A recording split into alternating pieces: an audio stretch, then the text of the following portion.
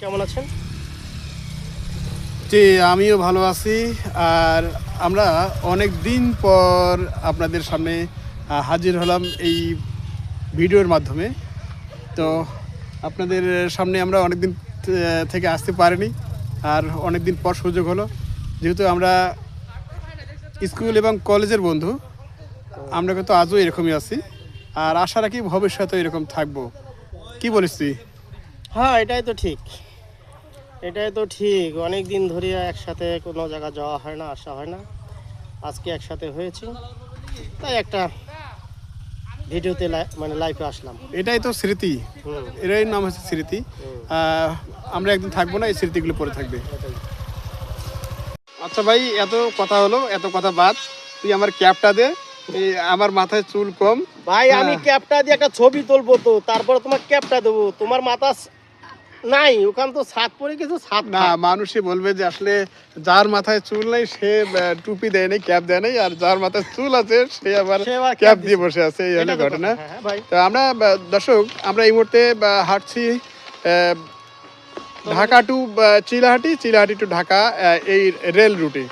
আর এই রেল রুটটাই কিন্তু চলে গেছে এই দিক, হচ্ছে Haldibari, Chilahati to Haldibari rail root.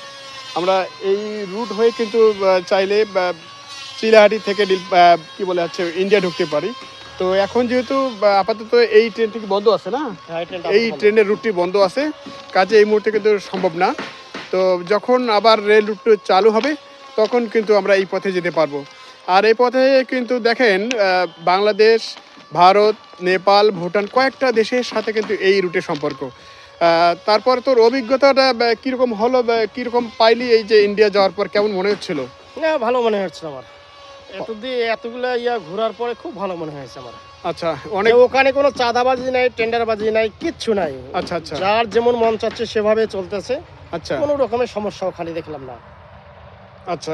তার মানে ওখানে এই যে পথে ঘাটে আমরা যদি চলাফেরা করতে অনেক রিস্ক থাকে, যে না, ছিনতাই না, চাঁদাবাজি এরকম না। হয়ে থাকে, সেটা হয় না? না, ওখানে কোনো চাঁদাবাজি ছিনতাই ওখানে কোনো কিছুই নাই। আচ্ছা ওখানে খুব সুন্দরভাবে আমাদের বাংলাদেশের থেকেও খুব ভালো দেখলাম যে কোনো রকমের কোনো ছিনতাই, কোনো চাঁদাবাজি কোনো কিছুই নাই। আচ্ছা আর আচ্ছা। ওখানে ফলগুলোর দাম অনেক কম। ফলমূলের দাম অনেক কম। হ্যাঁ, আচ্ছা। হ্যাঁ, বল। যেমন আমি কমলা কিনেছিলাম, ছোট কমলাটা ৬০ টাকা কেজি। আচ্ছা আর একটা আছে ৪০ টাকা, আর যেটা একবারে বড় ২৫০ গ্রাম সেটা হচ্ছে ১০০ টাকা কেজি। আচ্ছা আচ্ছা আর বেদনা কথা যেটা বলা হয় ডালিম ফল, সেটা ২০০ টাকা কেজি। তাই একটা ডালিম আধা কেজির উপরে। আচ্ছা আচ্ছা। আর আঙ্গুর ফল ১৪০ টাকা থেকে ১০০ টাকা কেজি। কেজি? আর Yes. আমাদের এখানে তো আমরা কিনছি ৪০ টাকা শ। ১০০ গ্রাম আঙ্গুর ফল কেজি ৪০ টাকায়। এটা তো বিশাল কারবার। আর সেখানে হ্যাঁ। ১ কেজি আঙ্গুর ফলের দাম ১২০ টাকা। ১২০ টাকা থেকে ৪০ টাকা, নাকি এই বলি তো না? হ্যাঁ। তা দেখেন, আসলে আমাদের দেশ এবং ভারতের মধ্যেই, এই দুটা দেশের প্রতিবেশী দেশের মধ্যেই কত তফাৎ। আমরা খাচ্ছি কি, টাকা খাচ্ছি না ফল খাচ্ছি, কোনটা? আমরা তো টাকায় খাচ্ছি, আমরা তো ফল খাচ্ছি না আর বাংলাদেশে। সেটার সাথে আবার ওই কি বলে, মেডিসিন। মেডিসিনটা ফ্রি। হ্যাঁ, ওটা ফ্রি। একবারে পুরা মেডিসিন ফ্রি। এই আমরা হলো যে অবস্থায় আছি সব মেডিসিন আমরা ফ্রি খাচ্ছি। আমাদের অর্গানগুলো আসলে ভালো থাকবে কিভাবে? অর্গানগুলো ভালো থাকার কোনো সুযোগ আসলে না। আমরা দেখি না। যেহেতু আমরা তাজা কিছু খাইতে পারি না। তাজা খেতে গেলে আপনাদের হচ্ছে গিয়ে ওই মেডিসিন খেতেই হবে। আচ্ছা, এই দিকটা দেখছি আমরা, এই দিকটা কিন্তু তরুণী বাড়ির রেল স্টেশন খুব কাছেই। এই যে সামনে নেম ফলক আছে, সামনেই হচ্ছে তরুণী বাড়ির রেল স্টেশনের প্ল্যাটফর্মের কি বলে, মাইল ফলক। তো আমরা এই মুহূর্তে অবস্থান করছি, আপনারা জানেন, নীলফামারী জেলা সদরের একটি প্ল্যাটফর্ম, সেটা হচ্ছে তরুণী বাড়ি। কোন দেশ ঘুরলি? আমি প্রথমে ইন্ডিয়া গেদে দিয়ে ঢুকছি, আচ্ছা তারপর কলকাতা গেছি, তারপর কলকাতা থেকে গেছি রানীগঞ্জা, রানীগঞ্জা থেকে গেছি ভেলোর, ভেলোর থেকে ট্রিটমেন্ট করার শেষে গেছিলাম ব্যাঙ্গালোর। তারপরে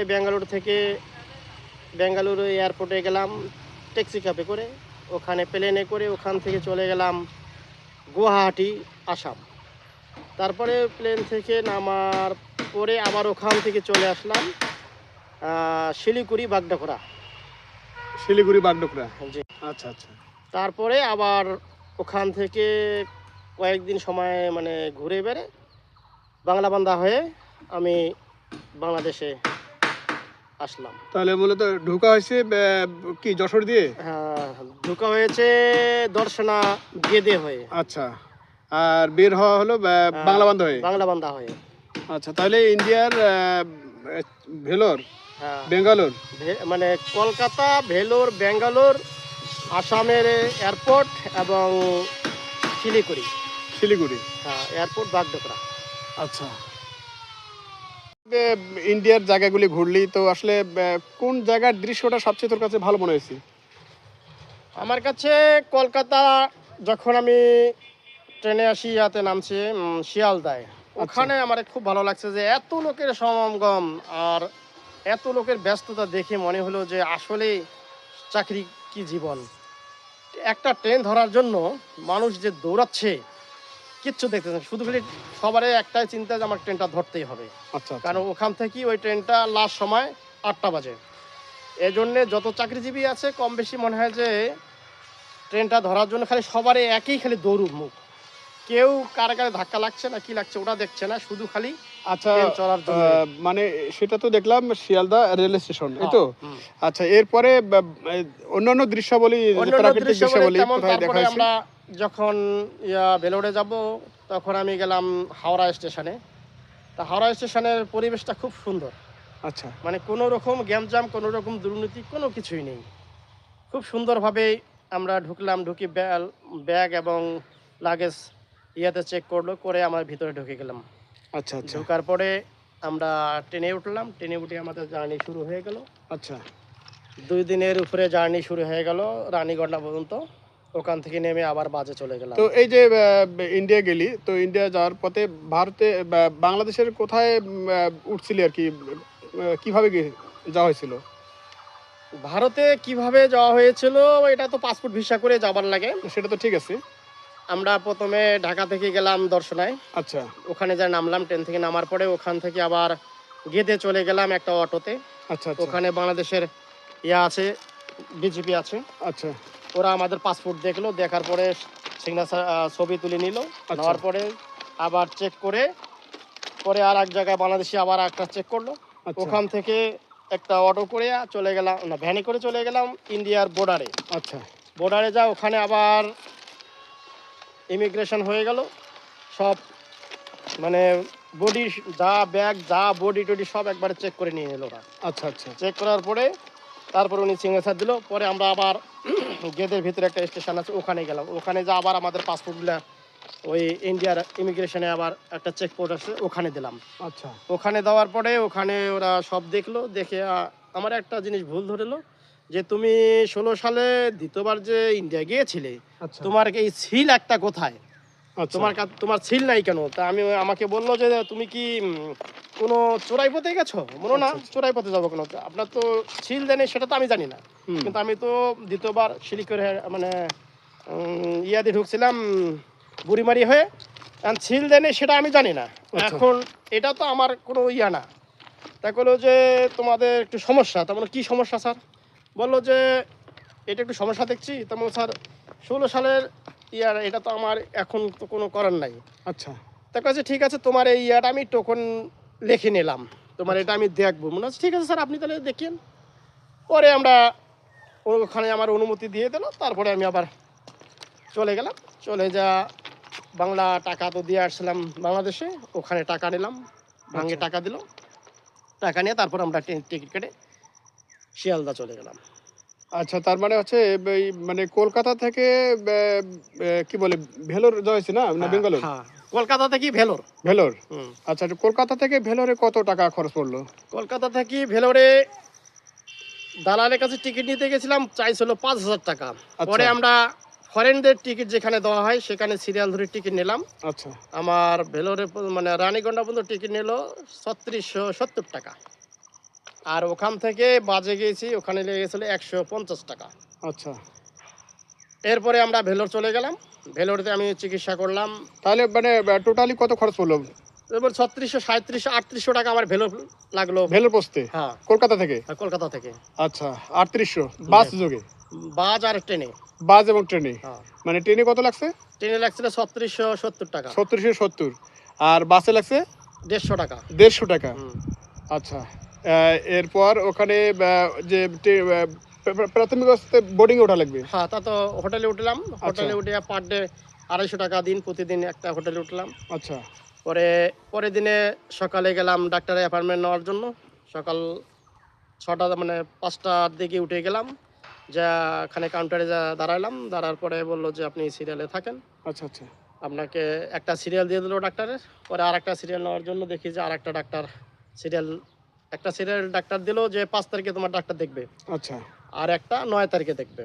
আচ্ছা। তারপর 5 তারিখে ডাক্তার দেখালাম। ডাক্তারের সাথে কথা হওয়ার পরে উনি কিছু টেস্ট দিল। আচ্ছা আচ্ছা। এই টেস্টে প্রায় আমার 4000 টাকা মতন লেগেছিল। আচ্ছা। টেস্টগুলো করার পরে আবার 7 তারিখে ডাক্তার দেখা হলো। উনি 7 তারিখে দেখে আমার মেডিসিন দিয়ে দিল। মেডিসিন তো 2 মাসের মেডিসিনে। আচ্ছা, সামনে একটু বলবো আমরা।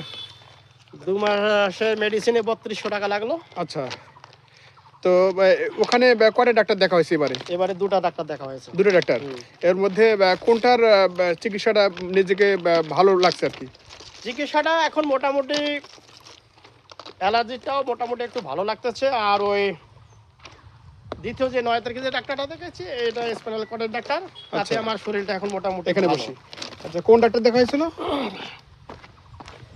ডাক্তারের নাম হচ্ছে, একটা নাম হচ্ছে কি ভেঙ্কাটেস্ট।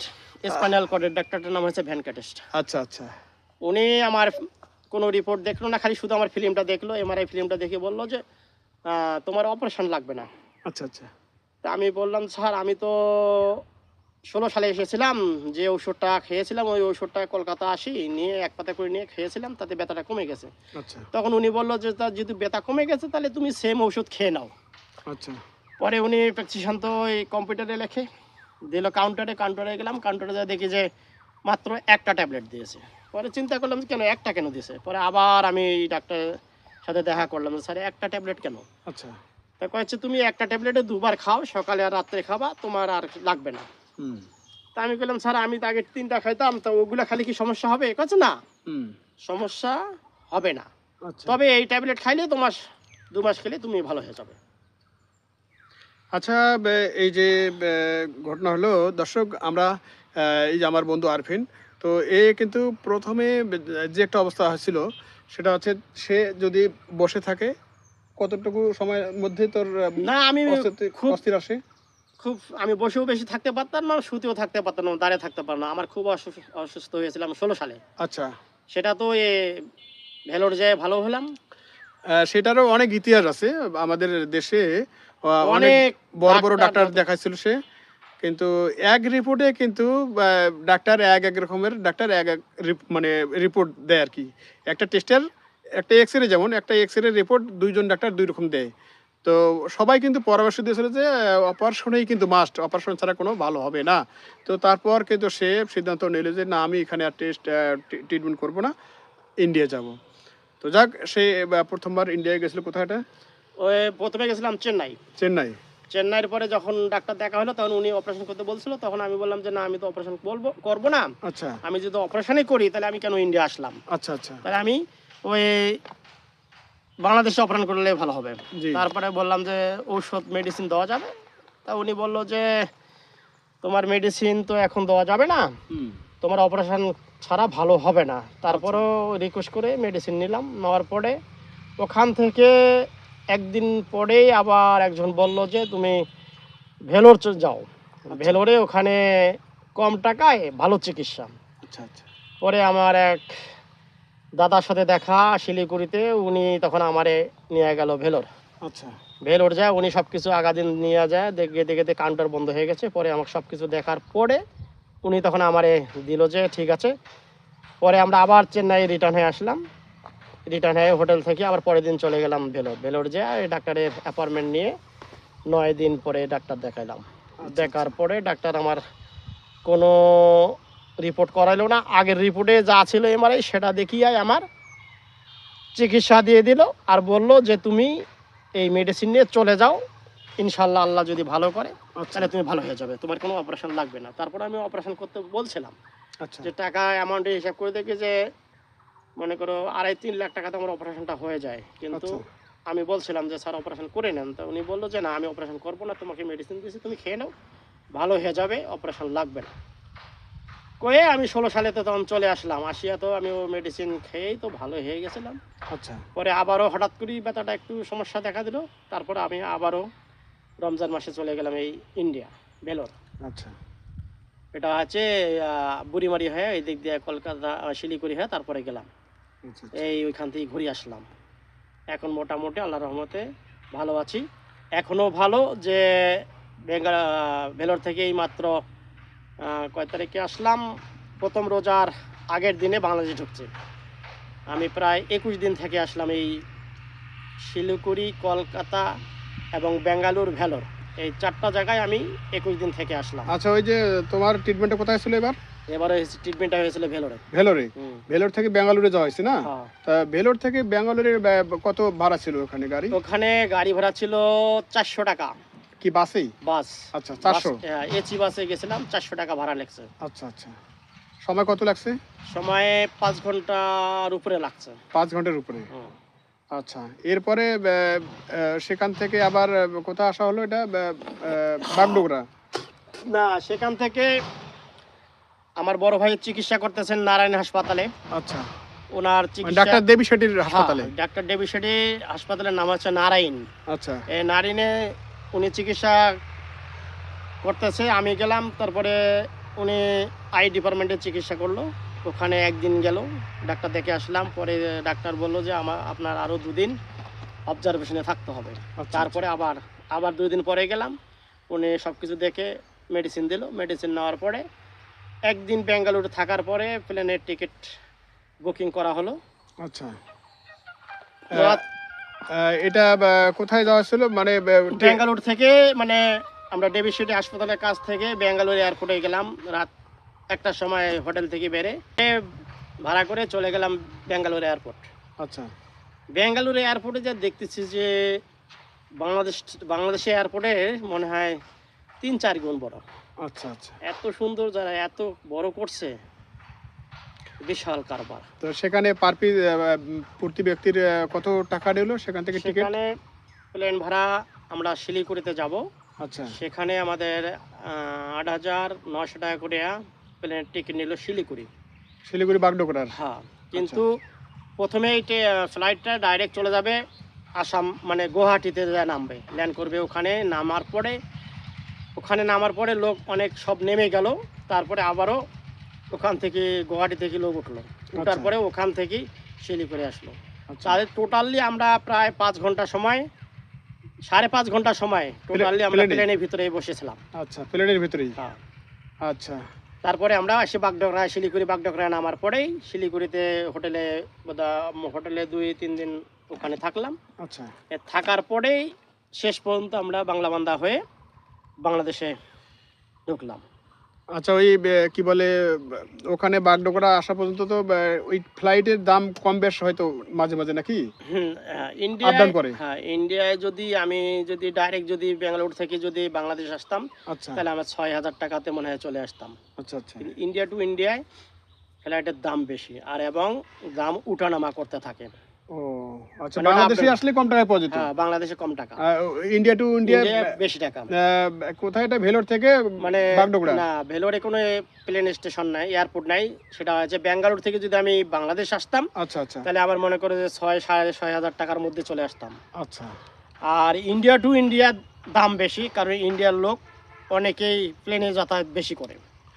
আচ্ছা যাই হোক, আমাদের অনেক বন্ধুরা ট্রিটমেন্টের জন্য ভারতে গিয়ে থাকেন বা যেতে ইচ্ছুক, তো তারা তো অনেক কিছু জানে না। যেমন এই ফ্লাইট ভাড়াটা আমরা একটু শুনছি যে আসলে বেঙ্গালুরু থেকে বাগডোগরা কত লাগলো আসার? 8,900 টাকা একজনেরই?